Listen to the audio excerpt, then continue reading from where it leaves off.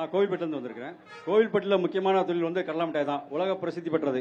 இப்போ கடந்த 2 ஆட்சியிலையும் வந்து எங்களுக்கு நிறைய உதவிகள் செஞ்சாங்க. அதாவது அதிமுக ஆட்சியில் வந்து புவிசார் குறியீடு கிடைச்சது. இந்த ஆட்சியில் பார்த்தீங்கன்னா எங்களுக்கு வந்து கடலை மிட்டாய்க்கு வந்து இப்போ குறுங்குழுமம் அமைச்சு அதுக்கு மிகப்பெரிய உதவி செஞ்சுருக்காங்க.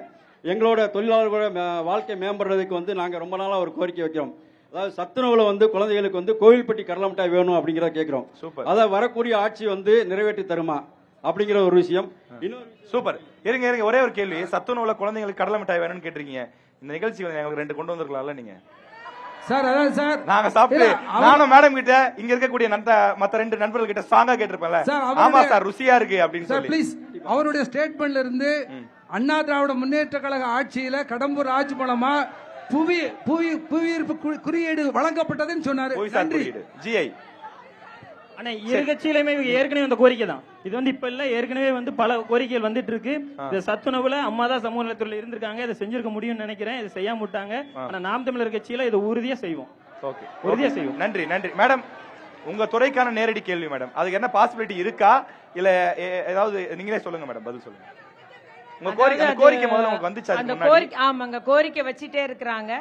அதே போல அவங்க இப்ப நம்ம குறுங்குழும்பம் அமைச்சு கொடுத்திருக்கோம். அதாவது ஏற்றுமதிக்கு தயாராகிற மாதிரி பிராண்டிங்ல உள்ளிட்டு எல்லா சிறு உற்பத்தியாளரையும் இணைத்து அந்த இது வச்சிருக்கிறோம். அதுபோல அங்க சுற்று வட்டாரத்தில் பயிரிடுற அந்த நிலக்கடைக்கும் நீங்க நிலக்கடலை இருக்குல்ல, அதுக்கு ஒரு தனி ருசி இருக்கு. அதுக்கும் நீங்க மானியம் கொடுக்கணுன்ற கோரிக்கை வச்சிருக்கிறாங்க. அதுபோல இதை சத்துணவுல கொடுக்கணுன்ற கோரிக்கை வச்சிருக்கிறாங்க. நிச்சயமாக நான் வந்து இப்போ ஆர்டரோ ஏதோ சொல்ல முடியாது, நிச்சயமா பரிசீலிக்கலாம்.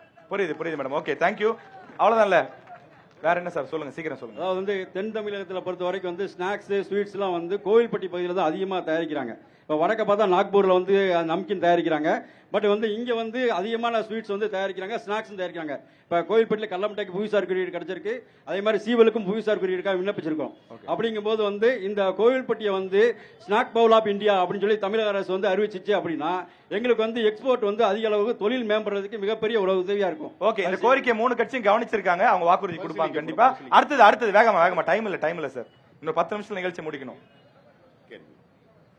அதாவது 2023ல தமிழ்நாடு அரசு நில ஒருங்கிணைப்பு சட்டம் அப்படிங்கிற ஒரு சட்டத்தை கொண்டு வந்தாங்க. இந்த சட்டத்தோட சாராம்சாரம் என்னன்னா, ஒரு தனியார் நிறுவனங்களுக்கு தேவை அப்படின்னா, தொழில் வளர்ச்சிக்காக தேவைன்னா நீர்நிலை, ஏரிகள், குளங்கள் தனிநபருடைய எதனாலும் ஆக்கிரமிப்பு செஞ்சுக்கலாம், எடுத்துக்கலாம் அப்படின்னு அந்த சட்டத்தில் சொல்லியிருக்கு. அதை எதிர்த்து விவசாயிகள் 2023ல இருந்து அந்த சட்டத்தை எடுக்கணும் அப்படின்னு சொல்லி நாங்க தொடர்ச்சியா போராடிட்டு வரோம். இது வரைக்கும் முதலமைச்சர் வாய் திறக்க மறுக்கிறாரு. எந்த பகுதி நீங்க? உங்க பேர் எந்த பகுதி? எஸ்கே அருமைராஜ். நான் விவசாயிகள் சங்கத்துல மாவட்ட செயலாளர் இருக்கேன், கைத்தார். ஆமா, தமிழ்நாடு முழுக்க இந்த நில ஒருங்கிணைப்பு சட்டத்தால தமிழ்நாடு முழுக்க நாங்க பாதிக்கப்படுறோம். எங்களோட நிலங்களை எங்க அனுமதி இல்லாம அரசு எடுத்துக்கலாம் அப்படின்னு சட்டம் கொண்டு வந்திருக்காங்க. மேடம், அப்படியே சட்டம் கொண்டு வந்திருக்கோமா? அதுக்குதான் அதை பத்தி ஒன்னும் இது இல்லங்க. தமிழ்நாடு அரசின் தமிழ்நாடு நில ஒருங்கிணைப்பு சட்டம் அவருடைய கோரிக்கையை சொல்றாரு. அதை நம்ம வந்து என்னன்னு சொல்லி நாங்க மேல எடுத்து கவனம் சொல்றாங்க. என்னுடைய முடிவு இன்னைக்கு எனக்கு தெரியல. ஓகே இல்ல புரிஞ்சிச்சு ஐயா, உங்க கேள்வி புரிஞ்சிருச்சு. 3 கட்சியுமே இருக்கிறாங்க, பாத்துட்டு இருக்காங்க. ஆனா இல்ல சரி, ஓகே வாங்க இசைக்கு அடுத்தது ஒரு இருக்கிற குளங்களை தூர்வார தான் நாம் தமிழர் கட்சி, இருக்கிறத மூட விட மாட்டோம். ஓகே.